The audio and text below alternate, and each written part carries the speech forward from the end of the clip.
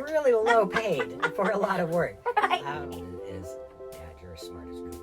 It's like, oh, that's the ultimate compliment these days. You know, it's I like, am so Google. Right. I love it. Go and keep going. Yeah, we're like totally were born at the same time. I mean, ish, right? I mean, Ish. you know.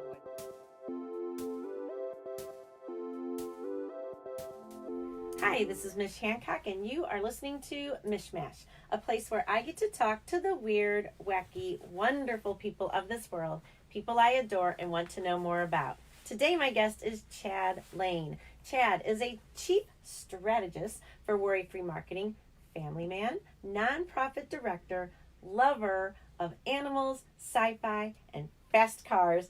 Hello, Chad. Hi, Mish. Thank you so much for being here. Oh, my pleasure. Thank you for having me. I don't even know where to start with you because I know you do so much. Okay. Can we talk though first about, let's talk about worry-free marketing because Sure. that's where I first met you. Yeah. And I am happy and honored to say that I get to be one of your strategic partners. So yay, us. But just talk about worry-free and all that you guys do. Sure. Worry-free marketing was started, I guess it's about 8 years ago now.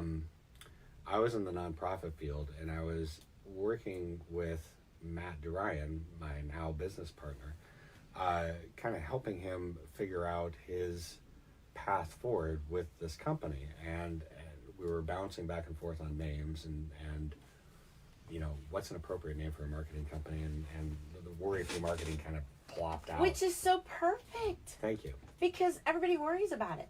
Well, that's right. I mean, that's really kind of what we were attempting to do with it is to communicate, look, you're a business owner, you know, the dentist, the doctor, you know, whatever, the construction guy, they have a lot of training in their own fields, and they can make a heck of a lot of money if they're just doing that. However, okay, marketing is a different animal. Right, totally. So that was really the genesis for the name. At the time, I was working on blogging for other people. I'd gone back to college just to experience some personal growth, and had a lot of fun doing writing. And it was always this ambition in the back of my mind, I'm going to write, you know, a novel, science fiction, you know, whatever. Ooh. Yeah, but That's a lot of work. really low paid for a lot of work. Right. And also, will I ever get paid? It's Right. like you do a whole bunch of work. You're like, gee, I hope people buy this. Right, exactly. You know, and so it was like this major paradigm shift to realize that, you know, business owners specifically, need people who can write English good. Yes. And so that was the genesis for the company. Well, and Google is very well read. Google is the most avid reader on the planet right now. Yes, and you they need writing for everything. That's right. Right. So if somebody is a starving writer, I'm going to be very concerned about them. Yeah, there's no reason for that. Because there's a lot of work out there for you. It's just a little shift. Start writing for other people. Exactly. Yeah. In small, tiny little pieces. Right. Blogs and tweets and such. Well, you know, to me, it's kind of like we are undergoing a shift in society right now where it's very similar to the time period when the Gutenberg press was invented. We now have access as individuals to fields and areas of knowledge that we never had before. Right. Anybody can write. Anybody Right. can do these things. And so it's just reaching. It's amazing though, isn't it? I mean, think about, so I am old enough to remember when you actually had to go to the library and know the Dewey Decimal System, Right. and go and find your a little book. library card with the little... and like then photocopy like 8,000 pages out of the Yeah. reference book you needed to do Right. whatever you were doing in college at the time. And it Microfilms. was, and now it's like, oh, Google it. Well, yeah. Kinda. You gotta be careful where you get your information from now. Well, and of course, my 7-year-old is, Dad, you're as smart as Google. It's like, oh, that's the ultimate compliment these days. You know, it's like, I am so Google. Right. I love it. But do you find, I as a social media person, and I'm looking at social media all the time, I am still amazed at how many people haven't gotten that go Google it thing in their head. The number one question we get in the inboxes from our clients' Facebook pages is, where are you located? And I think, Google's just beyond you? Just kind of or the about section maybe of the Facebook page? Not, no, okay, you know. Well, and this I think speaks to why people of our age serve a real purpose in the marketing world right now, because we are the translators. Can I just first say thanks for thinking I'm the same age as you? Okay, go ahead. Started out as a salesperson. Keep going, keep going. Yeah, we're like totally we're born at the same time. I mean, ish, right? I mean, Ish. you know, when I was in high school, you know, I was on the school newspaper, and you know, back in the good old days when we walked uphill both ways, we laid out a paper. Yes. Right, with the little strips, and you cut them off with the X-Acto knives and all that, right? Right. It was sort of dangerous. Well, there's so many people that haven't made that shift yet. Like you said, you know, do they know just to automatically Google it? And yet their market has grown up in a world where, you know, like my daughter's nearly an adult now, and you know, one time we had a conversation, you know, me and Mommy met before there was Facebook. And this blew her mind. It's doable. You Right. can actually meet people without social media. Right. So you're at this point where there are plenty of business owners and people out in the world that don't quite understand how the modern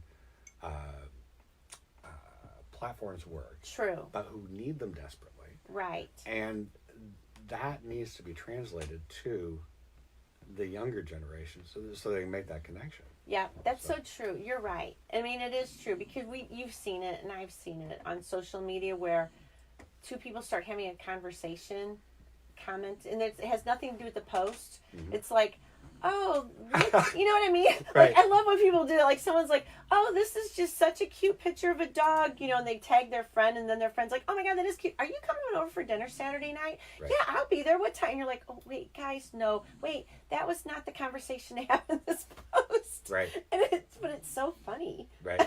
It's really entertaining. And so, you know, I just think this is something that we bring to the table. Yeah, it's true. And I think it's one of the reasons why when I first started, I thought I would go to these social media things and think there's me and all the youngins. You know, it was like me and all the millennials were, you know, and I'm like, what am I, do I belong here? But what I figured out was that most of the clients that I was attracting were older people that were used to traditional marketing and were just like, what the hell is this social media stuff? And it was nice to have someone their age going, let me translate for you. Let me tell you what this is all about, why it's important, why you need to do it, and what the heck it all means. You know? Totally. So I dealt with a lot of people were very frustrated, but I could help them get over that frustration and see the awesomeness of it. So, yeah. Yeah. Yay us. High five it. Yay. Woo! Okay. So you are one of the most well-read people I know. Thank you. How many books do you think you've read over your lifetime? I mean, any idea? Do you have a huge library at home? No, because I give them away. Like if that's good though. Yeah. Moving time will be easier for you. Well, gosh, I'm not moving ever. No, Again. ever? No, You're done. I'm You done. found you do have like your own heavenly place. Thank you. Yeah. Yeah. But so I don't have a lot in my library per se. But I don't know. I try to read a book a week, every couple of weeks. Yeah. That's a lot. Yeah. Like in a real book. Book. Yeah. I find that that internet users, they scan text, right? Right. Okay. I find I do the same thing if I'm on a Kindle. I've gotcha. tried Kindles repeatedly, and then I'm just like, boom, ba-doom, ba-doom, right. ba-doom. And that makes what sense. am I getting out of it? So yeah, but there is something about a book, too. Totally. Yeah. Yeah. I mean, I'm all digital, really, but sometimes I need the actual book. Mm-hmm. Like, I actually just bought a cookbook, which I know it's crazy. A juicing book. Because I was tired of trying to look for it. I wanted it all in one place. Well, yeah, that's a frustrating experience. Yeah. Searching and Yeah. okay, Like, flip through this them. is all right here for Right. $9.95. Do it. I'm getting this. All day long. I love it. Do you have a favorite book you're reading right now? Right. Or recently? I just finished The Secret Life of Trees. Ooh. Which is, it has nothing to do with anything that we're talking about, but it's a great book. It's amazing. What's it about? it's this German forester, and he's talking about, you know, the scientific research behind do trees communicate, for instance. What are the symbiotic relationships between trees and the other things in the forest, like the fungi, Right. fungi, fungi. Yeah. Those are all Mushrooms. connected. They're all connected, Right. right? It's a huge network. Yeah, it's tremendous, and you start to find out things like, you know, the trees will actually, of the same species, they'll communicate to each other through very rudimentary means. But if one of them gets ill, the others will help and feed it through this Really? network. It's fascinating. Oh my gosh. It's How amazing. cool is that? Yeah. I love it. All right, we are going to take a break. When we come back, I have a tree story for you. We'll be Okay, right back with Chad Lane. That's so interesting. Yeah, that's great. I love it. I have a tree story. In fact, I was just telling somebody about this tree story the other day. Yeah. We'll share it. And then where do you want me to go? What is something you totally want me to ask you? Like, Mish, please ask me. Do you want to...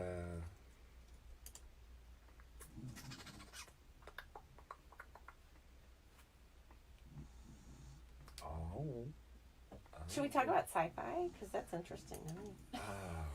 I mean, as you wish. No. I want it to be what you really feel like talking about, though. I don't know if you want to continue talking. We go down that route of, you know, talking about this generational gap, or like, you know, 'cause, I mean, the thing that I find super interesting about this field is just in general the fact that it's not just a generational gap; it's a multi-generational gap. So true. Right. All right, we'll go there. So We'll go there. Let's talk about the multi-generation. The interesting gap yeah, in digital. Yeah. All right. Okay. I'm ready.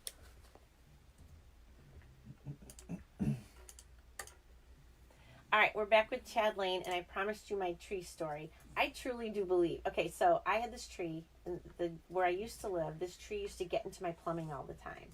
And I kept having to call Roto Rooter out, and Roto Rooter kept doing their thing. And at one point, the man said to me, you know, you're going to have to cut down this tree at some point because it's just going to keep messing with the pipes, and, you know, and it's going to cost you kabillions of dollars. And I was like, oh, jeez. And I didn't want to cut the tree down.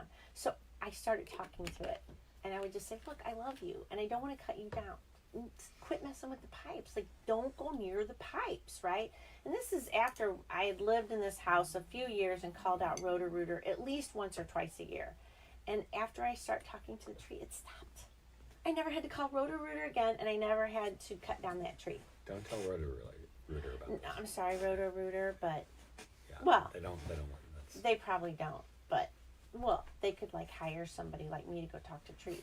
But you know, it's let's think outside the box, people. But you know what I'm saying? Right. I thought it was really interesting. And then recently, the new house I live in, when they put the sod in, it was a hot mess of, I don't know, it grew amazingly large weeds. Like no grass ever came up. And I was like, what the heck? And this new and they're like, well, that's not under warranty and blah blah blah. I'm like, I know, but the people that put it in, maybe aren't you upset that they gave you crappy product? But you know, no, we don't want to deal with you, lady. So I started just talking to the grass. I'm like, please, grass, please come up, please just do something. I have the most horrible yard. I don't want to deal with it. I don't want to buy a bunch of more sod. Please just do something. And this year it all has magically been working. Well, good for you. you know, but can you imagine being a business owner like that and being like, yeah, no, we're okay. Yeah, We're good. no, it was amazing to me because you and I both know, and our companies are of high integrity. We would never we wouldn't be like, oh, sorry, I don't know what to tell you. Good luck. It wasn't in the little service agreement you signed or whatever. We go to the ends of the earth for our clients unless they're crazy. At some point we go, I'm sorry, crazy, can't work with you. But most of our clients are not crazy and awesome people. And so let's talk to that because we have noticed so many interesting things about this digital age. Mm-hmm. We could do a podcast for 27 hours on it, but what's top of mind? You know, to me, it's funny. Every few years, of course, you know, there is a new method that comes out, you Right. know, or a platform that comes out, and so you'll find, you know, business owners will get confused by this. Why? Because they're getting pitched hard on, like, okay, now we're going to do this. Now we're gonna do Right. This is the way to do it now. Right. And it's like, what's needed is actually someone that kind of understands the depth of and the source for a lot of marketing and promotion that we do for businesses. Right. It's 100 years old. That's the thing. It's like, it doesn't matter whether it's Snapchat or Instagram or TikTok or, you know, whatever. Right. Whatever it is. It doesn't matter. The basic core fundamentals of good marketing were developed, you know, in the 1920s. And they actually still apply. No. Yeah. Yeah.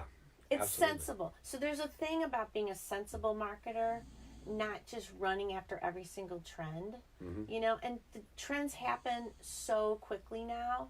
I feel like if you're trying to constantly be on trend, you could drive people crazy. Yeah, that's right. You know, and that's right. You know, you look at one of the first things that we do, and you I believe, do the same thing, is when we are looking at a new client, kind of take a holistic look at, okay, what's worked in the past. Okay, postcards work. Okay, great. You should Postcards keep work. doing them. Do them, right. please. Yeah. But and then it's so funny to watch how sometimes, because there's that next shiny object, people shift off of something that's completely successful. Yes. And that's or they don't give it a chance to take hold. right. And that's one of the things, you know, it's you know, I think sometimes there's this element of where certain people think, you just want me to be a client for at least 3 to 6 months, and that's why you're telling me it's going to take this long. Right. You know? Yeah, no, And actually, you're we're the no, you have no idea. Like, if I, like, maybe I should have put a camera on us and show what we're doing every Right. single day to try to tweak and play with and show what's going Sweat, on. And, you know, calluses on the fingers. Right. Right. You Yeah. know, when in reality, I'm like, no, there's so much going on to make this work, you know, and then they also think, well, if you work for another company like mine, it must work for me too. I'm like, maybe we've learned some, like a few interesting tricks, hints, things that we got to do because you are in that industry, but in reality, they're all separate, different, unique companies in many ways. And it's like, what do you have now that we can work with? What do we need to make better? But there is no fast track unless you have millions of dollars that we can put everywhere. But most companies don't have that. Well, and then if they dump them on the wrong thing, it doesn't Right. matter anyway. Exactly. It's It's like you have to test, research, test, research. Yeah. you know, that reminds me of something. Do you remember when Payless, it went viral for a bit, and they did that whole When Right. they were like, they called it I can't remember what they called it. Payley or whatever, right? And they were so selling their tennis shoes for like $500 a pair. and people were coming in and snapping them up. Right. You know, and shortly thereafter, they're bankrupt and shutting down all their Yes. stores. And Yes. it's like that, and that's an example of this. Like, okay, just pour money at it, right? And then it's like, well, they didn't leverage that. They didn't use that in any way, shape, or form. What is that? Instead, they use it to make their prospects wrong. Right. It's like, we tricked you into buying a cheap shoe. Aren't we funny? Yeah. Oh, you're bankrupt now? We Really? made you look like a fool. Super funny. I thought that too. When I saw it, I was thinking, that just doesn't seem nice. I mean, I would be really upset. I wouldn't spend $500 on a pair of shoes either. But the thing is that even if I did have that $500 and felt like I need to, if I found out later, I would be like, not cool. Yeah. But, you know, that could have so easily been turned into something that okay, good, you latch onto that virality, good, you've got it, good, well, okay, what's next? Let's take this to another place. Rather than just that beating makes your people prospects happy up. and Yeah. feel fun. Yeah. Right, exactly. No, it's true. Radio Shack, they put a lot of money into fun commercials they were showing on the Super Bowl as their last go. Right. And The 80s called. And whatever. but they didn't change anything other than we just put out commercials. So they went under. Right. You know? Right. And it's holistic. Marketing is holistic. Right. I love when people want that one thing. What's the one thing I need to do? Right. And I'm like, I have a list, actually. Right. Yeah, believe me, we can find that one thing. It's like, This would be easy. And then everybody would be doing it. You know Right. what I mean? But marketing is such a weird thing. I mean, it is, right? It's a like lot of this testing. weird animal because it's so hard to explain to people that just don't get it. Mhm. And you can tell the people that are super frustrated with it. And we've all seen the people that just jump, right? Yeah. Every 2 months they've gone to another company. Mhm. And then they come to you and they say, well, nothing ever works. And then when you find out, I'm like, so did you ever think that those are actually really good companies you were working with? I know them. And maybe you jumped too soon. You were expecting too much. Mhm. You know, Yeah. It's a tough one. Yeah, well, And yet we still do it. I will, and you know, it's like, you know, the internet allows for pretty much instantaneous testing, you know, and the ads and all that stuff. You know, 20 years ago, it's like the expectancy was, okay, you send out a brochure, you're going to split test it. Okay, it's going to take 6 months for feedback. Right. And so it's like, Right. okay, the idea that it takes 3 months of like constant testing of AdWords to make it work. Exactly. It's like, oh, that's too long. It's like, oh, okay. Go back to postcards. I had someone ask me the other day, they said, well, do you ever like get together people to do like a marketing panel where you test messages? And I was like, yeah, that you do that online. Yeah. That's where you do it. You don't need to get people together in a room now. You do it all online. Yeah. The people will tell you what resonates and what doesn't. Right. That's the whole deal. And you can do it with a much bigger crowd and no one has to leave their home. And that's one of the most freeing things for me. It's like the pressure's a bit off. Like, yeah, okay, good. I'll come up with the initial idea. Well, is it going to work? Oh, I don't know. We'll test it. You know, we will continue to work it. We don't know. We have to test and learn. And so I wish that we had magical things that we could just do for people and let you know what's my ROI in 2 months. You know, Right. and I really do not know. I don't know. What I do know is enough about marketing to be truthful with you and say, I don't know. We have to test and learn. Right. So that's the fun part of it, though. It is fun. It's what makes it interesting. You got the creativity on the one side, Mm-hmm. right? Which kind of satisfies that artistic, I'm going to write the great American novel. Right. But then you've got just the sheer analytics. The scientific kind of brain that needs to come into play. Yeah, I mean, that's the interesting thing about working in digital marketing is you need creative plus scientific. Mm-hmm. Like we all hold hands together, those different minds. Right. So, as I always say, my mantra is fire, ready, aim. I'm like that creative, just go, let's see what happens. Oh, right. Geez, we got to ready aim this thing, right? Whereas you have the scientific people, that sort of analytical people that are like, their mantra is ready, Mm-hmm. and they're just because they're always testing Mm-hmm. and figuring out, and it's a never ending thing. Right. There's no fire because you can constantly tweak. Right. We should work together. We kind of do. Maybe we should work together more. Totally. Maybe we should start hanging out at your cool place with all the animals. Come on and the over. new Corgie. Yeah. What's the new Corgie's name? Max. Max. Yeah. Max the Corgi. He's quickly become the boss. They do. The new one always is the boss. The newest member of our household is a little cat, and she rules the world. Mm-hmm. And she can do a lot with the way she looks at you. Oh, It's yeah. kind of scary. Yeah, cats can. Yeah. All right, we're going to take a quick break. We'll be back with Chad and question time. Fun. Yeah.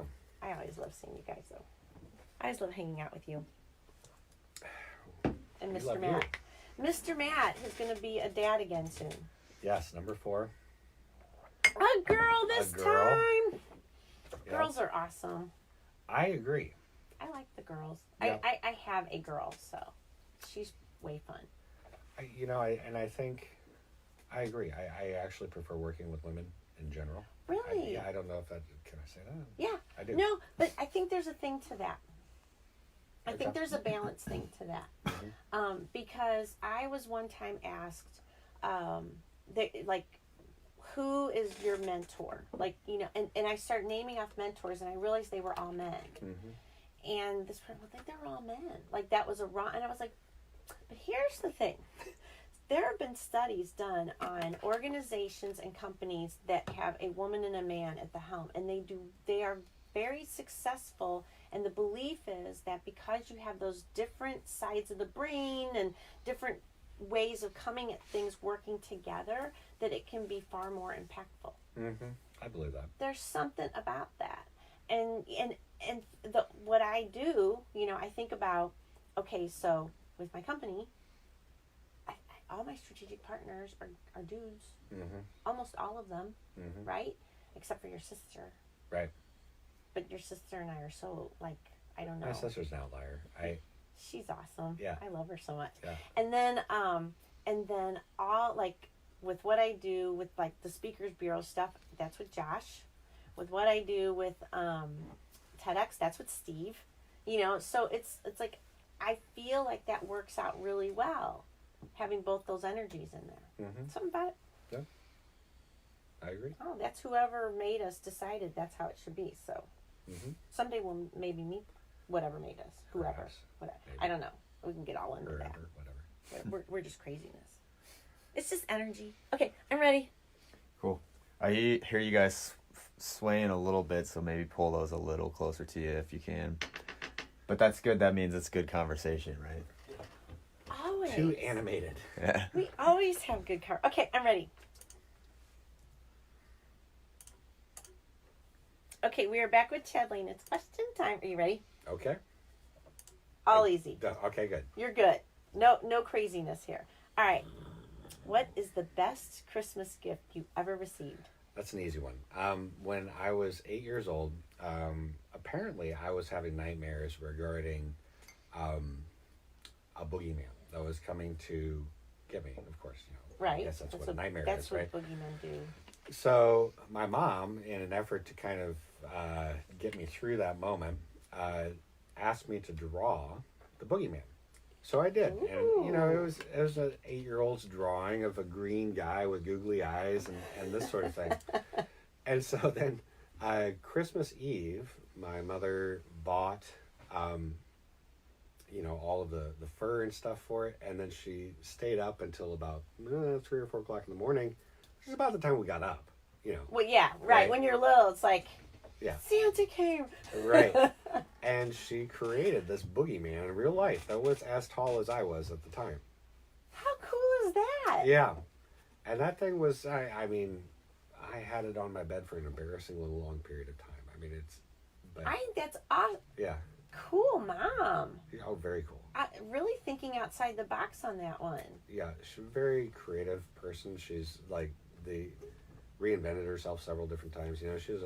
She worked, as a secretary, and then she went into pharmacy technology, retired from that, and then decided she was going to learn how to play the accordion, and now she does 300 gigs a year playing accordion. Really? Yeah. Oh my gosh, Yeah. that's wild. Yeah. Is she involved with it here? Or wait, is she in St. Louis? She's in Peoria. Peoria. Mhm. Okay. All right. There's like an Accordion Society or something here. She's the president. Oh, In Peoria. St. Louis, there is one that. So my cousin Richard is married to a woman, Esty, and she's a big time accordion player. She even knew a punk accordion band, which I was like, really? That would That's be rad. interesting. Yeah. I want to go see the punk accordion band play. Yeah. I just like the whole idea of it. Great. That is so cool. I love. That question came from your sister. She told me to ask you that. I said, "What Okay. should I ask Chad?" And she Okay. told me, she says, "Thank you, Emily Lane, out there listening, I'm sure." Okay. You like fast cars? Yes. Do you have a dream car that you want to get someday, or? I was just talking with my wife about this, and it's just kind of for fun. I would like to get like a 1972 Corvette, 72, 74, somewhere in there. Because when you're a kid and you first realize what cars are and you start drawing them, Right. that's always what I was drawing, was like about that age of a Corvette. Right. But, it's funny, the technology on cars is so far advanced now, any modern car would blow it away. Well, But it's true, cute. but it'd be fun to drive. Right? And there's a whole thing with the old cars, and you can actually fix them, I think. You don't have to take them in and hook them up to computers and do wacky stuff. That's very true. My wife just bought a 1966 Ford F-250 bright teal. Ooh. Ooh. That's cool. Yeah, she's named it already. Its name is Roslyn. Roslyn. Yeah. I like it. And it sounds like a Roslyn would, It fits. yeah. The name fits. Yeah. Teal is a good color. It's pretty cute. Yeah, she loves it. My daughter and I we went crazy with teal colored appliances. And when we got done and we looked at our kitchen, I was like, we kind of made a Barbie kitchen. That's what it looks like. You're going to dig our kitchen. You have a teal kitchen? Teal, salmon, and yellow. Oh my gosh, how fun. Yeah. I'm digging the color scheme. Thanks. I have to come over. Yeah. One of the reasons why I have to come over actually takes me to my next question for you. Okay. Because you're an animal lover. Mhm. We know about Max the Corgi. Yeah. What other animals live at your place? Right now, we have Max, Bella, the chocolate lab, and then Pugs is the old guy. He's a Shih Tzu. Oh. He's about 13 or 14 at this point. Yeah. We have about 3 cats. And then there's a fox that visits, but it's not really our fox. Right. But that's cool. Yeah. I love foxes. Mhm. Do the cats live in or out? One of them likes to go outside a little bit and then come back in. Gotcha. The other one's indoor. And then I got 25 goldfish in a pond. Aw. Yeah. All right, you were going to say something. That's what about... I forgot about the fish. Oh, the fish. Yeah. Gotcha. All right, 25 gold. You didn't name them. No. We don't want to rattle off the 25 names. A goldfish life is difficult and short. It's hard to tell them apart, too. You're right. Right. Oh, Look, my gosh, Oh, I the love raccoon it. got in there. Oh, my gosh. So they're outside? Yeah. Are they like the big kind? Well, I mean, if they live that long, It depends. they Now, is this one of the things I find this fascinating? That you can keep them out there even in the winter. Like Yeah. they kind of go way under and stay warm and they don't freeze. yeah, I mean, there's no telling how they actually feel about it, but they do survive. Yeah. Well, okay, remember when that study came out though and they were like goldfish have an attention span of only whatever? I'm like, how do we know? We don't. I mean, it wasn't like we're like, look at the picture, look, he's okay, attention span gone. Yeah. Write that down in our scientific data. It's hopeful thinking because we're so mean to them. Poor goldfish. Yeah. They're just not loved like they should be. I don't know. It's hard. So no farm animals or Not have yet. cows, No. alpacas. There's an ongoing discussion regarding chickens, but with the fox and the True. all that stuff, that They could be don't get along well, I've heard. tragically short. As Yeah, well, it would be sad. Mhm. It'd be traumatic for the children, I would So that's imagine. not. I mean, I don't have that many animals. No, but you're an Everything is- animal lover. Yeah. So when you say you're an animal lover, is that like go to the zoo a lot, watch nature programs, or just It's an area of interest to me. You know, that not just domesticated animals, but I guess that extends beyond animals into the pollinators and the butterflies and all of this sort of thing. I think it's an important area. I think yeah? we have some responsibility for maintaining some semblance of balance, and so it's an area that I look into a lot and try to do what I can. Like the reason I'm stuffy is because I planted 2,000 more square feet of butterfly garden. Oh my gosh, it's so cool. And unbeknownst to me, one of the flowers that I planted is extremely allergenic. Oh. So But the butterflies like The it. butterflies They'll be love it. very pleased with the whole. You'll probably attract a whole bunch of different colorful butterflies. It's It'll be awesome. amazing. It's like you go out there and there's all this activity and rustling, and you can hear all the bugs inside of the thing. And Oh, it's just cool. it's really neat. So have you? I just watched Years and Years on HBO, Okay. which is a very interesting tale. It's kind of a little bit into the future, rather scary. But there's a part in there where the grandmother, who's watched all these things happen over the years, is talking about, yeah, I remember a time when there was butterflies. There just aren't any butterflies anymore. And I thought, that is kind of scary because I remember thinking that about frogs. Mm-hmm. Like when I was a kid, frogs were everywhere. In the summertime, they were just hopping all over the place, Right. Rarely do. When I see frogs now, I'm so happy. Right. I'm like, oh, hello, how you doing, bud? Good to see you. Welcome. What do you want? Right. I think so there is like this worrisome thing of why did there used to be a lot of this and now there isn't that, Right. Yeah. And yet there's a lot of people and we just keep crowding them out. Yeah, we definitely have an impact on the environment. There's things that we need to do. I saw another thing. I think it was in Sweden, I want to say, where they started putting grass and the kind of flowers that attract bees on top of bus stops. Mm-hmm. That's really cool. Now that's a cool idea, Yeah. right? I mean, that's an awesome use of space. So it's really us thinking about, okay, if we're crowding out animals, how can we also then create space for them in our environments? Right. Which would be an interesting thought. Mm-hmm. Totally. I love it, Chad. What else? Is there anything else we should know about right now? Where can we find out about Chad Lane? I do have a website, chadtulane.com, and then worryfreemarketing.com. We have a website there. And then hopefully within the next 6 weeks or so, I'll have a new book that I've completed. And this will be on nonprofit digital marketing. Which combination is a huge deal. Right. Because not-for-profits, it's a difficult thing. Right. To do the marketing and to get sponsorship, which you're also very good at fundraising. That's right. Yeah. So that's kind of how I grew up, was as a fundraiser. So I'm kind of translating, because there's a large body of material out there on how to fundraise. You know, Gerald Panis is one of the best, wrote a lot of books on the topic, you know, how to manage a nonprofit, etc.